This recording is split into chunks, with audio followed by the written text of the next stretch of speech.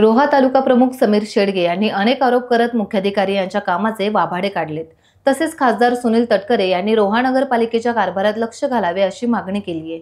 भुयारी गटार योजनेचे काम चालू आहे। सदर काम हे अत्यंत निकृष्ट दर्जाचे होत आहे। एस्टिमेट प्रमाणे हे होत नाही। खोदकाम बुजवताना कुठेही रोलिंग होत नाहीये। रेडीमिक्स कॉन्क्रीट वापरले जात नाहीये। एवढी मोठी योजना होत असताना याकडे दुर्लक्ष करून मुख्याधिकारी केवळ इव्हेंटच्या मागे लागले असल्याचा आरोप देखील समीर शेडगे यांनी केला आहे।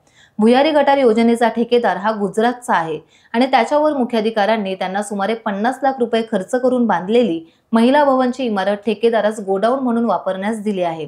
मुख्याधिकारी यांचे काम हे संशयास्पद असून याच्या विरोधात शासन दरबारी लेखी तक्रारीद्वारे आवाज उठवणार असल्याचे देखील समीर शेडगे यांनी सांगितले।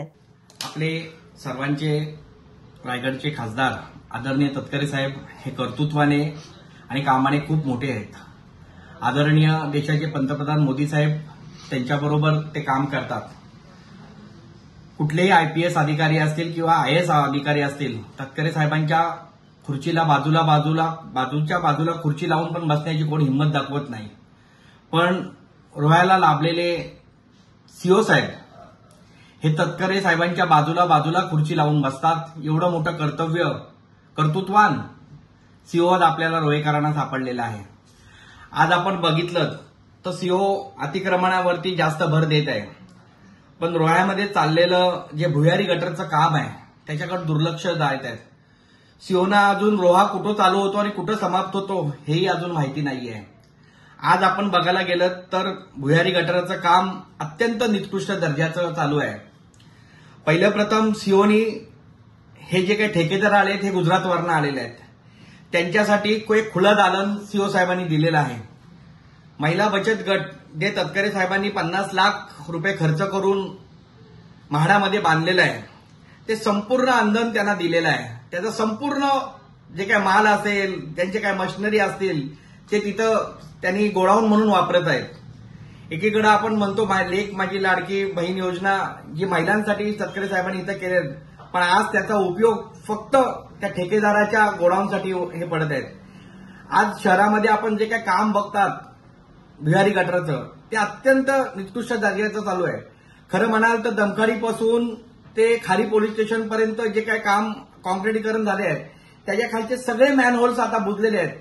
तिथून आता कुठेही असा रस्ता नाही काय राहिलेला नाहीये का जिथे आपण खोदून करून पुन्हा ते रस्ता हे करू। आज जो काही ठेकेदार जे काही काम करत आहे त्या ह्याच्यामध्ये ते खोदाई करतात, तो चिखलाचा माती पुन्हा त्यातच टाकतात। एस्टिमेट असा बोलतो का तुम्ही एकदा खोदाई केलं का त्यामध्ये एक चांगला मुरूम आणून टाकायला लागतो, त्याच्यामध्ये रोलिंग करायला लागतो, सोलिंग करायला लागतो आणि आरएमसीनी पुन्हा आरएमसीचा प्लांट मधला कॉन्क्रिटीकरण आणून त्याच्यावरती येते। पण असं कुठलंही काम तिथं होत नाहीये ना। सीओ साहेब तिथं सगळीकडे दुर्लक्ष केलेलं आहे।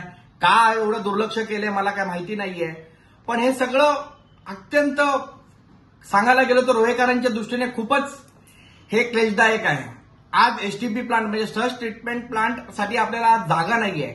अष्टममध्ये आपण जे काय बांधणार आहोत त्या ह्याच्यामध्ये पण तिथं पण आपल्याला जागा सापडत नाहीये। ती जागा जी का आहे ती अत्यंत उंचावरती आहे। हा पाणी इथनं रोहे शहरातून तिथपर्यंत पोहोचू शकत नाही। पोहोचला तर ते नदीच सोडून द्यायला लागेल। मग आपली नदी पुन्हा कुठली का जी आपली मायभवानी आहे ती पुन्हा आपली खराब होणार आहे। त्यामुळे कुठलाही नियोजन या सीओ साहेबांकडे नाही आहे। मी विनंती करतो तटकरे साहेबांना का आपण ह्याच्यामध्ये संपूर्ण लक्ष टाकावं आणि रोहेकरांना न्याय द्यावं आणि या कर्तव्य दक्ष सीओ साहेब यांच्यावरती लक्ष घालावं। आम्ही सन्माननीय मुख्यमंत्री देवेंद्रजी फडणवीस साहेब असतील, नगरविकास मंत्री आदरणीय शिंदे साहेब असतील, यांच्याकडे नक्की करणार आहोत आणि अगदी पाहणी करणार आहोत। आम्ही पत्र पण आमचे टाईप झालेले आहेत। आम्ही नक्की ह्याचे हे सगळे पुरावे मुख्यमंत्री आणि यांच्याकडे देणार आहोत आणि उद्धव बाळासाहेब ठाकरे यांच्याबद्दल ह्याच्यामध्ये नक्की आवाज उठवणार आहे। टाइम्स डिजिटलला लाईक करा, शेअर करा, सबस्क्राईब करा आणि बेल आयकॉन दाबायला विसरू नका। Times digital.